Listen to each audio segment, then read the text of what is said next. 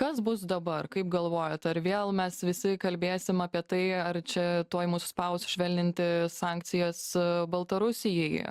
Tokia bus dabar viešoji erdvė. Jep. Aš nenustepčiau, kad tos diskusijos vyksta. Tas jos 100%, jis taip diplomatiškai pasakė, nenustepčiau. Nu, I guess mes negalim sakyti užtikrinti, kad vyksta. Bet aš galiu sakyti užtikrinti, kad vyksta. Ar tu juokauji? Visiškai visur Amerika labai aiškiai pasisakė.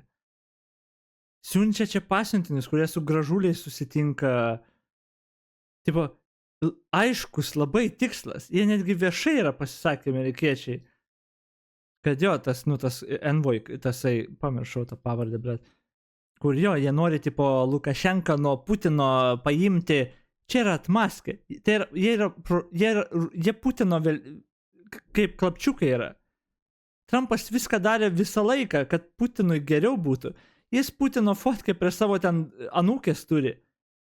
Visą laiką, kad Trumpas daro, Putino geriausias draugelis raudoną kilimą ištėse.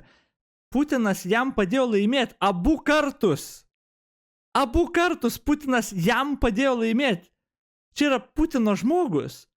Ir kad sankcijas nuimdamas Lukašenkai, tu, atimsi jį nuo Putino. Ne, tu tiesiog į Putino kišenę pinigų įdėsi. Jis aunina Lukašenką, jis aunina Baltarusiją. Tipo, aišku, okay. Tai aišku, tai yra siekiamybė jų visų. Kol kas tiek prezidentas, tiek ministras laikosi, bent jau viešoje erdvėje ganėtinai neblogai ir nepaisant netgi, sakykime, skirtingų balsų pasigirstančių ir iš Seimo. Mes turim valdžioje jo žmonės, kurie su šitai žmonėm eina į koaliciją.